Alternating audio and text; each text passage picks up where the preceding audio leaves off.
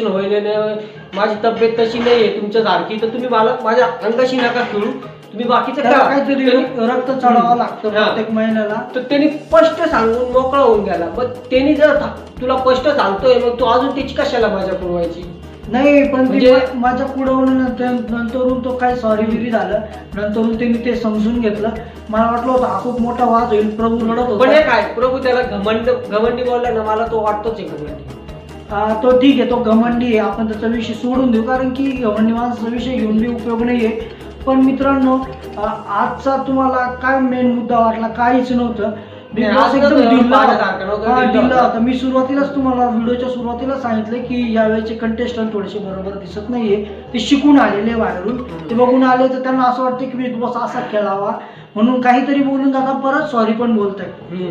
म्हणजे तो विषय तिथंच दाबला जातोय. आणि त्यांचा तो रेशन कार्डचा विषय